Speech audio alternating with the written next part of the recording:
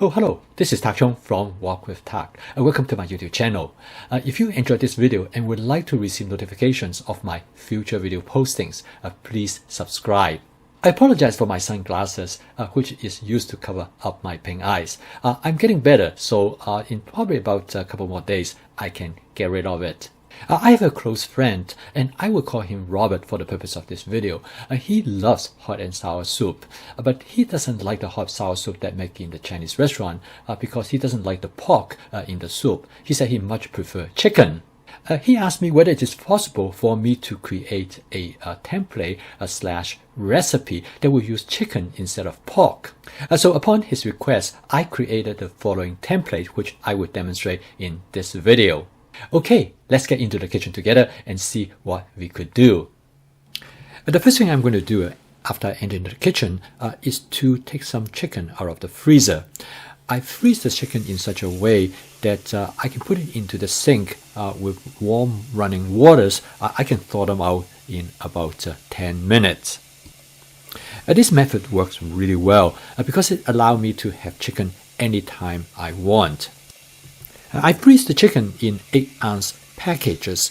This is about the amount that I like to use each meal. And next I'm going to add a cornstarch suspension by using 1 cup of water with 1 large tablespoon of cornstarch to make a suspension to thicken the soup.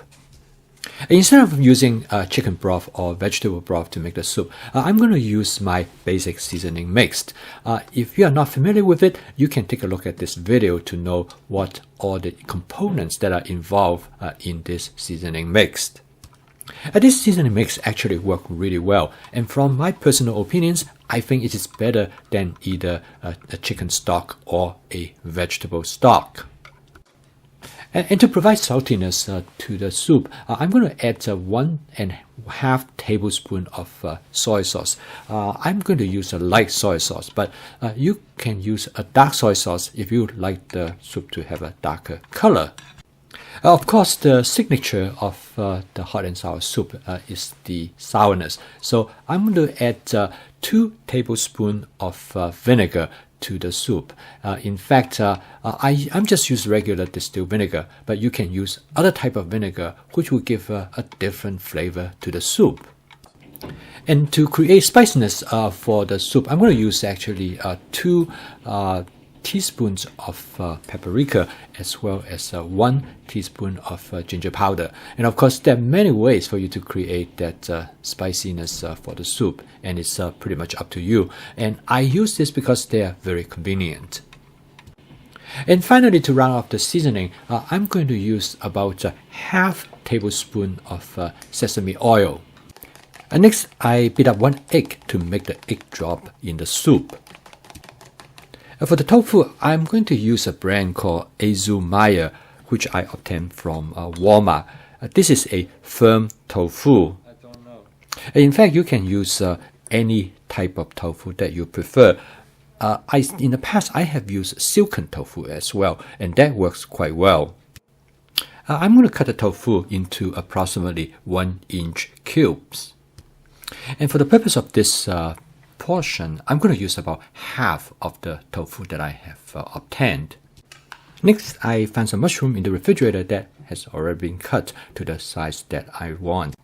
By this time, the chicken has been thawed.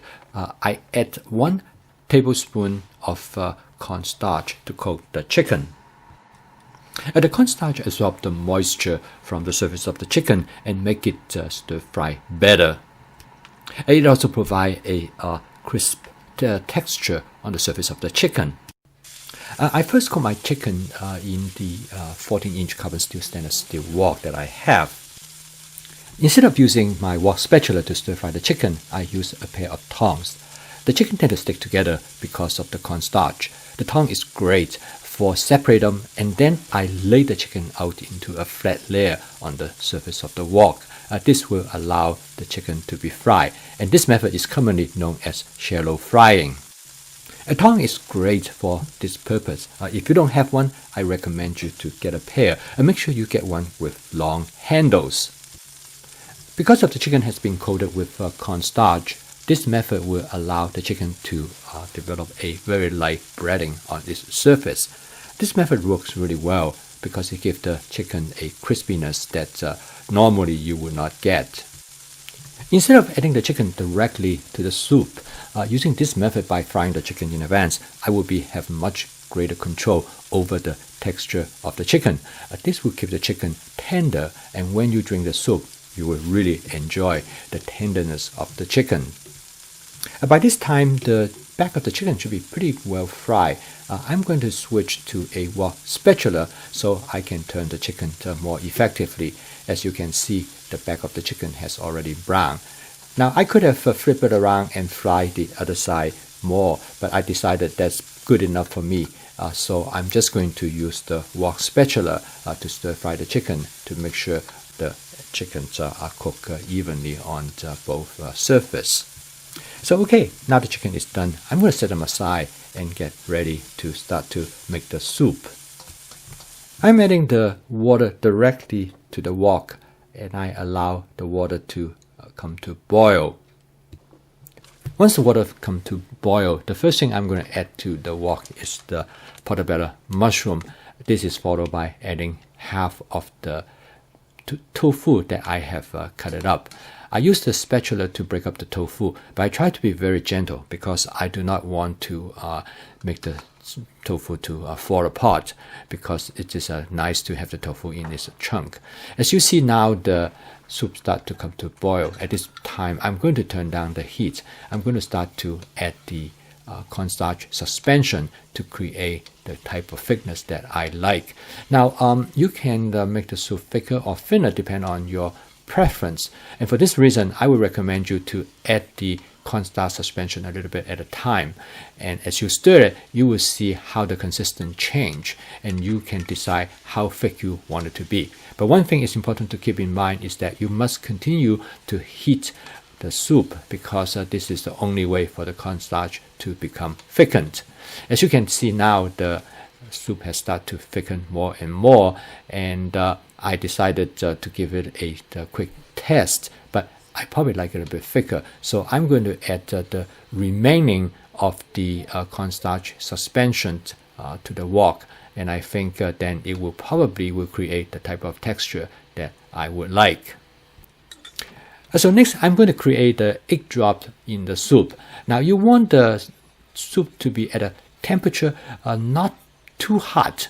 For example, you don't want it to be boiling, but you don't want it to be cold either, because the temperature has to be right in order for the egg to form the kind of a cloudy, wispy nature that's typical of an egg drop soup. So this temperature looks about right. As you can see, my egg drop looks quite good. And finally, I'm going to garnish the soup with some scallion.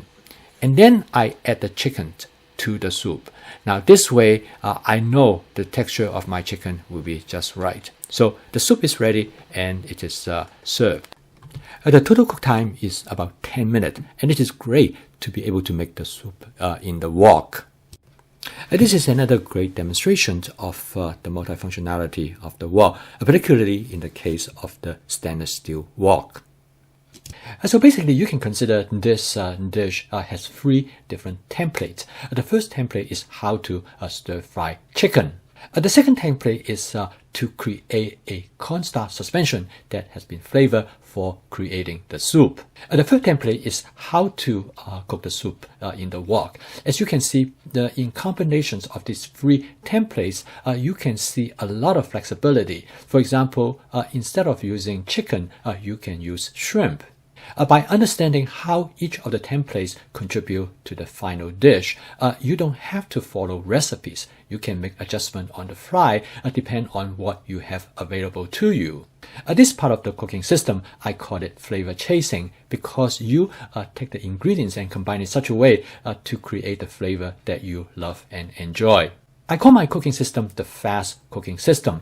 The word fast is the acronym for the 4 attributes of the cooking system. These 4 attributes are flavor chasing, advanced prepping, stir frying, and template-based cooking. This is the theme of my channel, and in all future videos, you will see how I demonstrate examples to utilize my fast cooking system. And thank you for watching.